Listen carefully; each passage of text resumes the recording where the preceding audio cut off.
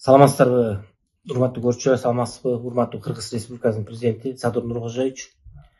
Сизге кайрылуумдун себеби биз чет өлкөдөн, Германиядан инвесторлорду тапканбыз. 5 миллион, 7 миллион доллар каражаты менен ошо Көкжар айылынан жер алганбыз.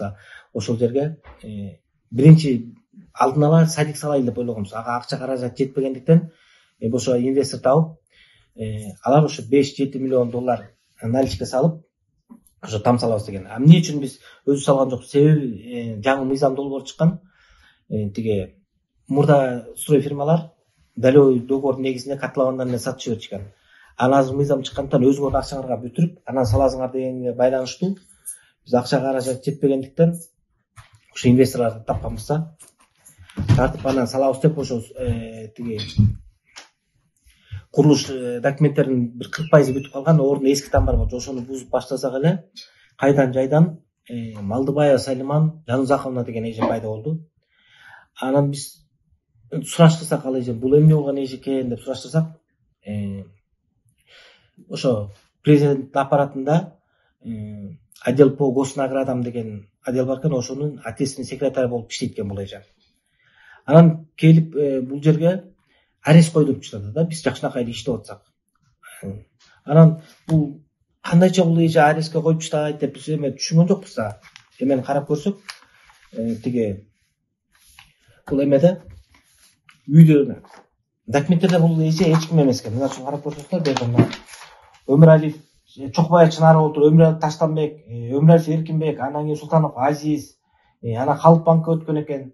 Анан Итибаев Байшбек сатып алды. Анан кийин Жалалдинов Нурбек. Бул эч кандай берке тиешеси жок болсо деле, ошо ойлоп атабыз, кызмат абалынан кыянаттык менен пайдаланып атабы, ушинтип эле күчкө салып койдуруп койду. Ага жерде эсесин мына дос эжесинин хронологиясында бул жерде ал эженин эч кандай бир жерге тиешеси жок. Ошондон арестке койдуруп 3 ай жөн эле кыйнады. Эптеп анан биз тиги мыйзамчы эле койдуруп салды. Анан тиги эмеге чүй ГКМ башкармалыгы карап чыгып, бул иште эч кандай кылмыштын курамы жок экен бул жерде деп, эме кылмыш ишин кыскартып, анан арестин чечтирген. Сальман эже кайра генеральный прокуратура аркылуу эмени жокко чыгарып, бул чечимди чүй башкармалыгына берип, ГКМнын кайра Первомайский районный соттон кайра арестке коюп чыгат. Мына эртеңкиге мени тергөөчү жана ошо представительдерди дагы эме суракка чакырды. Анан бул эже барып тергеде бригадирлерге барып иштеп аткан, эме 20дай бала иштеп аткан ошол учурда. Барып кыйкырып өкүрүп, ызы чуу салып, менин үйүм тиги бул деп. Анан о эже сиздин бер жерде документте эч кимиз жок экен го десе, мындай айтып атат да. Мен өзүм закондаштырып коем болду. Андан кийин Сиздин өзүңүздүн законуңуз барбы? Ооба, бар. Ушинтип анан тигилердин уруп тилде. Ишиң болбосун документ менен. Ишиң болбосун. Ким эшек? Ошону айтыңызчы. Ким эшек? Бул жерде жүргөндөрдүн баардыгы эшек. Ушул жерде жүргөндөр. Мына ушундай ар кандай ошо жаман сөздөрдү айтып эметип атат да. Эме көрүшүп. Анан